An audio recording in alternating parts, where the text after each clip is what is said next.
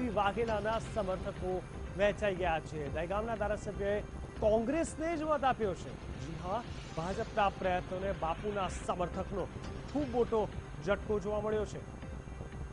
એટલે કે કહી શકાય કે કામિનીબેને આપ્યો છે અહેમદ પટેલને મત।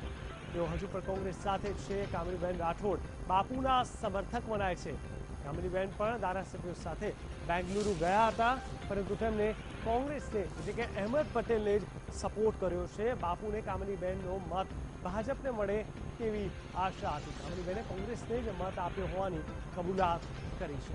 મેં મારો મત પોલિંગ એજન્ટને બતાવ્યો છે તેવું કામિનીબેને પણ કહ્યું। તેમનો સ્પષ્ટ રીતે મત અહેમદ પટેલને જ ગયો છે। શંકરસિંહ વાઘેલાના જે કોઈ સમર્થકો હતા તે પણ બે ભાગમાં વહેંચાઈ ગયા છે।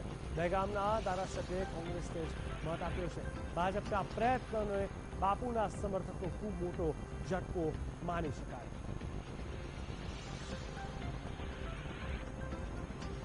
તો ચોક્કસથી સમય હવે નજીક આવતો જાય છે। કાઉન્ટડાઉન સ્ટાર્ટ થાય છે। લગભગ 5 વાગ્યા સુધીમાં ચિત્ર સ્પષ્ટ થઈ જાય તેવી શક્યતા છે।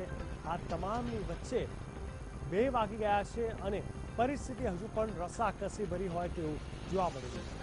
શંકરસિંહ વાઘેલાના સમર્થકો કોઈને કોઈ રીતે કોંગ્રેસ પર નહીં જાય, કોંગ્રેસને વોટ નહીં આપે તેવી શક્યતાની વચ્ચે કામિનીબેને કહી શકાય કે તેમનો વોટ કોંગ્રેસને એટલે કે અહેમદ પટેલને આપ્યો છે। તેમણે એ પણ કીધું છે કે તેઓ હજુ કોંગ્રેસ સાથે જ છે।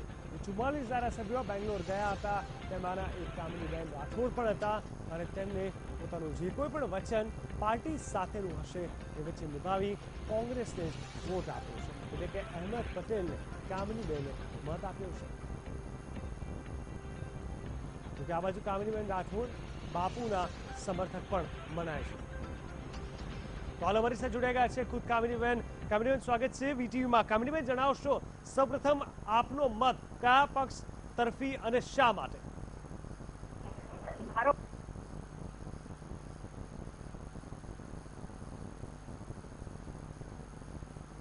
જી કામિનીબેન, જણાવશો કે જે પ્રકારે રસાકસી ભર્યો આ જંગ જામી ગયો છે, આપનો મત કયા પક્ષ તરફ રહેશે અને શા માટે?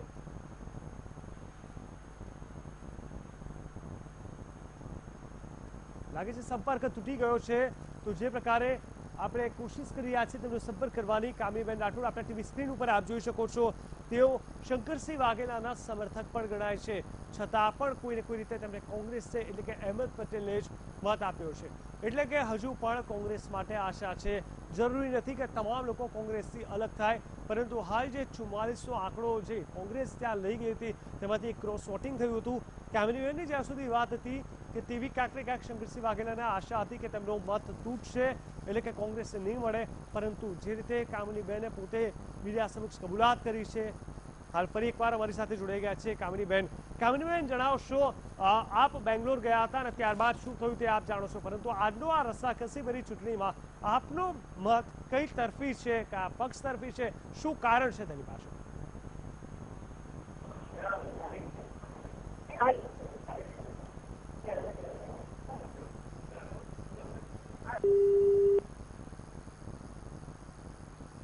ફરી એકવાર લાગે છે સંપર્ક તૂટી ગયો છે। લાગે છે કે બાપુનો પણ સંપર્ક આ રીતે જ તૂટ્યો હશે અને જે રીતે જોઈ રહ્યા છે આપણે, કામિનીબેન જે બાપુના સમર્થક ગણાતા હતા, પરંતુ તેમણે એવું પણ કીધું મેં મારો મત પોલિંગ એજન્ટને બતાવ્યો છે। જી હા, અને તેમને કોંગ્રેસને જ મત આપ્યો છે। શંકરસિંહ વાઘેલાના સમર્થક બે બાજુ વહેંચાઈ ગયા છે। દહેગામના ધારાસભ્યએ કોંગ્રેસને જ મત આપ્યો છે। ભાજપના જે કોઈ પણ પ્રયત્નો હતા તેને બાપુના સમર્થકોએ ઝટકો આપી દીધો છે અને કામિનીબેને અહેમદ પટેલને જ મત આપ્યો છે। એટલે કે ક્યાંક ને ક્યાંક અહેમદ પટેલ માટે હજુ પણ આશા જીવંત છે, હજુ પણ તેઓ જીતે તેવી શક્યતા છે। આ તમામની વચ્ચે કેટલા સમર્થકો બાપુ તરફી જાય છે એટલે કે કોંગ્રેસ વિરોધી જાય છે અને કેટલા સમર્થકો કોંગ્રેસ સાથે ઊભા રહે છે તે તો આજ સાંજ સુધીમાં લગભગ ક્લિયર થઈ જશે। તમામની વચ્ચે જ્યાં સુધી વાત છે કામિનીબેનની, ત્યારે કામિનીબેને પોતે કોંગ્રેસને એટલે કે અહેમદ પટેલને જ મત આપ્યો હોવાની વાત સામે આવી છે। એક બાદ એક તમામે તમામ ધારાસભ્યો જ્યારે મીડિયા સમક્ષ આવી રહ્યા છે પોતપોતાના મનની વાત અને પક્ષ સાથેની અથવા પછી અસંતોષની તમામે તમામ વાત તેઓ રજૂ કરી રહ્યા છે અને પોતાનું વલણ, પોતાનો રવૈયો કયા પક્ષ તરફી છે, કોના તરફી છે તેઓ સ્પષ્ટ કરી રહ્યા છે.